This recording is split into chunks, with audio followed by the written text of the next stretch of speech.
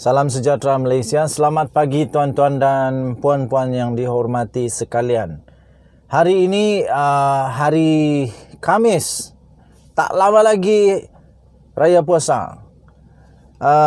Khamis, Jumaat, Sabtu, Ahad, Isnin, Selasa. Paling lewat mungkin 7 hari atau 6 hari daripada sekarang hari raya untuk seluruh rakyat Malaysia, malah seluruh dunia yang beragama Islam. Selamat Hari Raya dan selamat berpuasa. Tuan-tuan dan puan-puan, denyut nadi suara rakyat bergema di channel ini.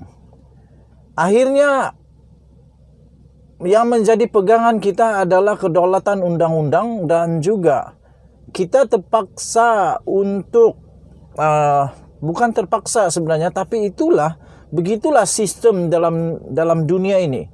Yaitu akhirnya kita akan perlu untuk mempercayai undang-undang sistem kehakiman.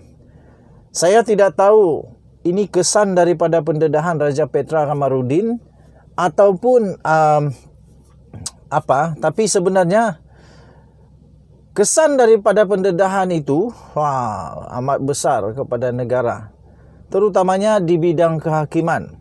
Sehingga 27 April 2022, 27 April kemarin, akhirnya Ketua Hakim Negara bersuara akhirnya.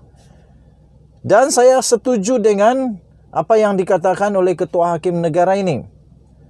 Senang saja tuan-tuan dan puan-puan. Bagi saya senang. Saya bukan nak kata dengan siapapun, tidak. Tapi bagi saya senang.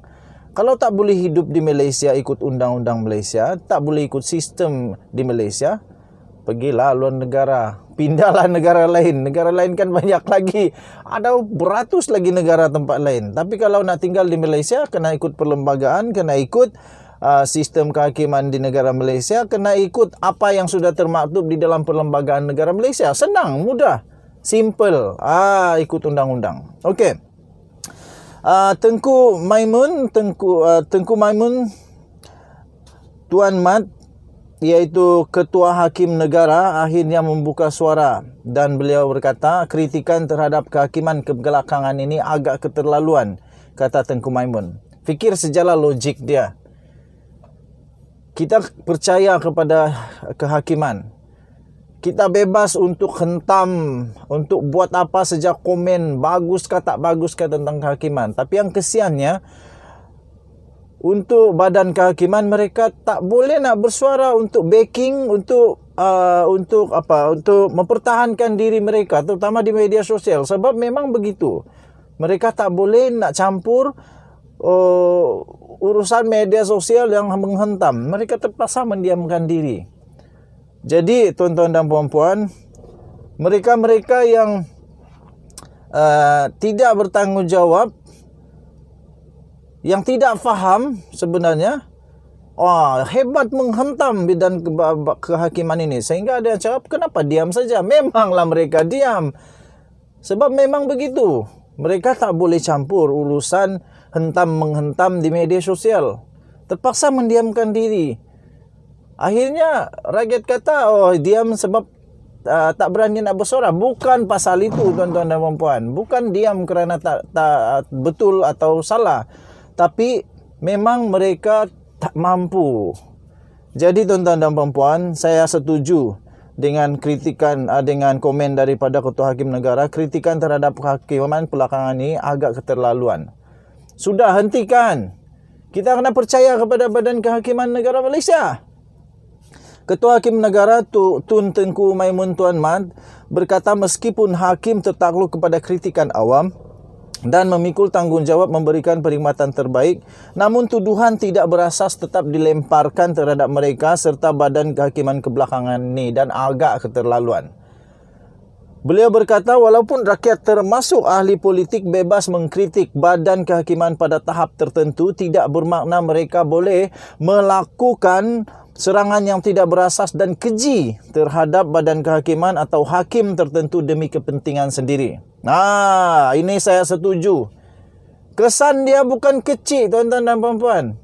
Hanya kerana untuk kepentingan sendiri, tak tahulah apa tujuan sebenar, tapi dia punya kesan bukan kecil, tuan-tuan dan puan-puan. Jadi hati-hati. Katanya sejak kebelakangan ini mahkamah telah menangani kes yang berprofil tinggi serta membabitkan kepentingan awam dan sudah menjadi lumrah buat hakim untuk menerima kritikan serta tuduhan daripada pihak yang tidak berpuas hati dengan keputusan mahkamah. Bagaimanapun, Tengku Maimun berkata apa yang berlaku baru-baru ini berhubung tuduhan yang dilemparkan terhadap hakim dan badan kehakiman. Pada pandangan beliau itu adalah agak keterlaluan. Saya setuju, Tuan Hakim. Apabila wujud keperluan untuk mengkritik badan kehakiman, perkara ini hendaklah dibuat secara membina dan tidak menjejaskan kebebasannya serta keyakinan orang ramai terhadap badan kehakiman. Katanya ketika berucap pada Majlis Angkat Sumpah 17 Pesuruhjaya Kehakiman yang disahkan menjadi Hakim Mahkamah Tinggi. Okey, tuan-tuan dan puan-puan, Tengku Maimun berkata, mana-mana pihak tidak sepatutnya menyemai benih-benih keraguan dalam kalangan orang ramai berhubung integriti badan kehakiman atau hakim. Ini aku setuju. Jangan tanam keraguan di hati rakyat. Kalau tidak, nanti Malaysia akan jadi kucar-kacir. Nanti perundangan Malaysia tidak lagi dihormati. Itu siapa punya tanggungjawab nanti? Siapa yang bersalah? Tuan-tuan dan puan-puan yang dihormati, saya 100% percaya kepada badan kehakiman. Saya 100% percaya kepada undang-undang negara Malaysia. Senang saja, seperti yang saya kata. Kalau tak boleh nak ikut perlembagaan, keluar dari Malaysia. Keluar dari Malaysia, tinggallah banyak negara lain lagi. Malaysia tanah tumpah darahku. Malaysia tanah tumpah darahku, jangan nak rosakkan negara Malaysia. Tak puas hati, pergilah keluar negara. Pergi ambil PR kah, jadi warga negara kah, bagus.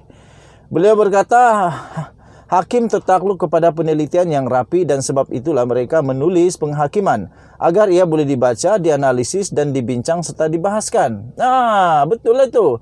Katanya badan kehakiman adalah barisan pertahanan terakhir dalam demokrasi berperlembagaan dan tidak boleh ada syak wasangka bahawa ia telah ditakluki. Tengku Maimun berkata, hakim tidak seharusnya berputus asa dan berasa tawar hati apabila melaksanakan tugas mereka mengikut prinsip undang-undang sambil menambah bahawa sistem keadilan dan kebebasan badan kehakiman tidak boleh dikompromi dalam apa jua keadaan. Aku setuju, tuan-tuan dan puan-puan. Walau apapun kita mesti kekal kuat dan tabah serta teguh dalam mendukung kedaulatan undang-undang. Meskipun kita tidak boleh mengawal kata-kata atau tindakan sesetengah pihak yang nekat untuk mencemari atau memusnahkan imej badan kehakiman, kita masih berhak memastikan bahawa tiada siapapun yang mencampuri urusan kita. Betul! Kamu siapa untuk kacau hakim? Jangan kacau hakim, jangan kacau badan hakim. Dalam kata lain, tiada siapa yang boleh campur tangan dalam badan kehakiman jika kita para hakim tidak membenarkan perkara itu berlaku. Katanya, betul. Di dalam perlembagaan negara Malaysia, manusia-manusia di negara Malaysia kena faham macam mana kita punya sistem pentadbiran negara, macam mana sistem demokrasi berperlembagaan. Bukan main hentam je nak minta itu siasat ini, siasat lah, macam begitulah. Okey. Baru-baru ini Hakim Mahkamah Rayuan Datuk Muhammad Nazlan Muhammad Ghazali mendengar kes Datuk Seri Najib Tun Razak dan mensabitkan bekas Perdana Menteri itu dengan pertuduhan berkaitan penyelewengan dana SRC International, telah membuat laporan polis berhubung artikel bahawa mendakwa beliau telah disiasat mengenai isu wang yang tidak dapat dijelaskan dalam akaun banknya.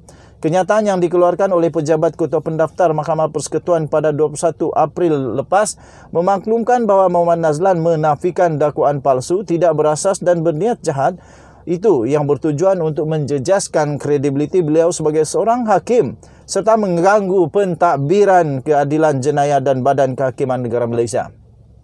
Badan Kehakiman turut membuat laporan polis berhubung dakwaan wujud konspirasi antara Tengku Maimun dan pemimpin politik untuk mempercepat perbincangan serta hukuman terhadap Najib dan bekas timbalan Perdana Menteri Datuk Seri Dr. Ahmad Zahid Hamidi. Pada majlis hari ini selama 17 Pesuruhjaya Kehakiman mengangkat sumpah jawatan dan taat setia sebagai Hakim Mahkamah Tinggi di hadapan Hakim Besar Malaya Tan Sri Azhar Mohammed serta Hakim Besar Sabah dan Sarawak Datuk Abang Iskandar Abang Hashim. Okey, jadi begitulah. Hormati negara Malaysia, perlembagaan negara Malaysia, sistem perlembagaan, demokrasi berperlembagaan, raja berperlembagaan. Kita mesti hormati negara Malaysia punya sistem. Tak suka tak apa, pindah negara lain. Jangan duk nak fikir tentang diri sendiri. Sebab kita ada 30 juta rakyat Malaysia. Denyut nadi suara rakyat bergema di channel ini. Kita jumpa lagi. Selamat pagi Malaysia. Bye-bye.